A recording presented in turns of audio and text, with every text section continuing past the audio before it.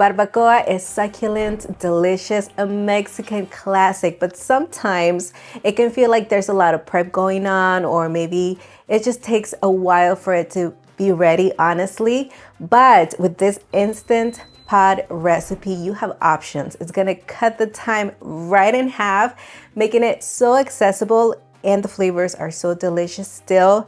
Super tender. It's just a win-win situation. We're gonna start by prepping some of the ingredients for the sauce, which includes some of Mexico's top dried peppers, 6 guajillos, 1 ancho chile, 6 puyas, which are like the guajillo sibling. It's just that they're smaller, thinner, and a bit spicier. But all of these go beautifully together. I'm just gonna cut them into smaller pieces.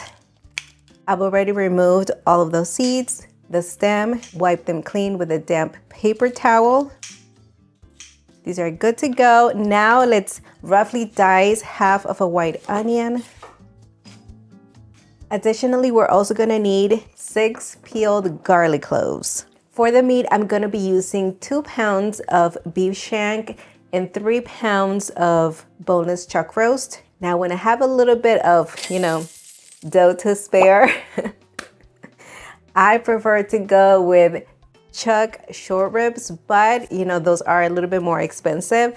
I'm gonna cut the roast in big chunks, and you are gonna get more meat with a chuck roast than with the short ribs, although you do have that bone that's gonna provide a ton of flavor, so each cut has its own advantages. But that's why I like to add at least beef shank, because of that bone. I'm just gonna pat it dry. Just remove some of that excess moisture from both sides, because these are gonna get browned. Generously season both sides with kosher salt. Do some freshly ground black pepper. We gotta do that all around, and pick up some of that salt and pepper that kind of bounced into the sheet pan. Set your Instant Pot to saute high and drizzle in a couple of tablespoons of oil. And I love using avocado oil. Let it heat up first, then start browning the meat in batches. Don't overcrowd the pot. This way we get that nice deep brown color on the outside. And once each batch has browned, go ahead and remove the meat and set it aside. Still on saute, now lower the heat to medium low, or low if your model doesn't have a medium low setting. Add the onion and garlic, add a little more oil if the pot looks a bit dry.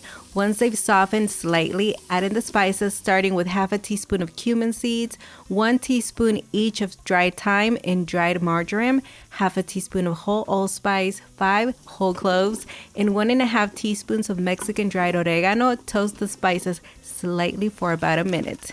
Now toss in the prepped dried chiles and toast them just until fragrant. This should take about a minute depending on the heat. Be careful not to let them burn. If they do, they turn bitter really fast. Carefully pour in 4 cups of water, still on saute. Now set it to high heat and let it come to a simmer. Once it simmers, press cancel and let the chili sit in the hot liquid to rehydrate until soft. This should take about 5 to 10 minutes. Transfer the hydrated chiles and liquid to a blender.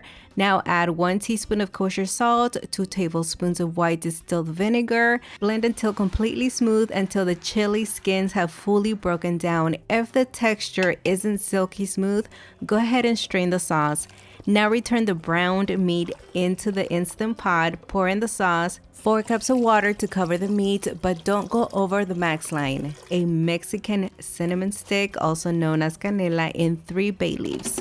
Secure the lid, set the Instant Pot to pressure cook on high for 45 minutes and let it release pressure naturally for 10 minutes after cooking. Then quick release any remaining pressure and open it up. The meat should be fall apart tender by now, perfect for shredding. You'll notice that deep red color and the layer of flavorful rendered fat. It all plays a role in the final richness. I've tasted the consommé, which is the beautiful red broth, and it needs salt, so we're just gonna adjust it to taste. First, I'm gonna remove that piece of cinnamon. We're not gonna use it anymore. It served its purpose. You could also remove those bay leaves if you find them. If not, it is not a deal breaker. I'm just going to go in there and remove the top layer of fat. Okay, I'm gonna take out the amount of meat that I need for those tacos. You can easily just make it into an entree with Mexican rice, refried beans, a salad. I'm gonna link all of those recipes down in the description area. But for tacos, oh my goodness. Or you can barely shred that. You don't even need a knife, honestly.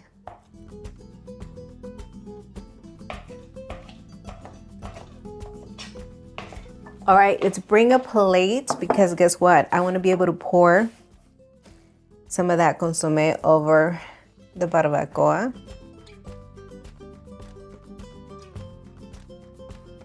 Let's quickly heat those tortillas on a comal. And we've got a good amount of that fat. Just gonna drizzle it on top of those tortillas. I guess the fat, you could call it liquid gold. Corn tortillas are done and it truly does smell like a taqueria. Takes me back to the streets of Mexico. You guys, there's nothing better than a home cooked meal filled with tradition. You know, classic for tacos, if you want to go the authentic way, just some chopped onion, chopped cilantro, a drizzle of lime juice, and salsa, my friends. I typically use a green one, which is my salsa verde with avocado bits, but this time I decided to go with the red one. I'm gonna link them down in the description area so you can check them out. You gotta serve these tacos with that consommé. It's nice and warm. Top it with chopped onion, cilantro, and a drizzle of lime juice, and you're good to go. As I wait, I'm already digging into this consommé, and it's so comforting. I bet. Let me see. So good, the lime juice. It's so good. Let's see, let me get one of those tacos. Oh, yeah, it has a nice kick. Important to know, if you're not using homemade corn tortillas for these tacos, do 2 tortillas per taco because they may break. Exactly. Here, I'm gonna dip in it, so I'm gonna dip this thing. Just gonna eat it. That's what I'm talking about. Oh my goodness. This is so good. Did we pack them with meat or what?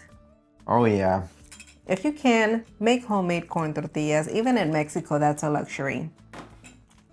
Anywhere in the world, if you go to a restaurant or even a stand on the street, if they've got homemade, handmade corn tortillas, that's always a sign that is homemade type of food. But don't let that prevent you from making these tacos. You can also make it with store-bought, but just remember to do 2 tortillas per taco. Oh my goodness, Nelson. I will be doing 1 taco, and I'm gonna make myself an entree with frijoles de la olla. I have some, and probably like a nice salad on the side. The full printable recipe is gonna be available on cocina.com. Don't forget to subscribe, like this video, and click the notification bell. And we will see you on the next one. Bye, everyone.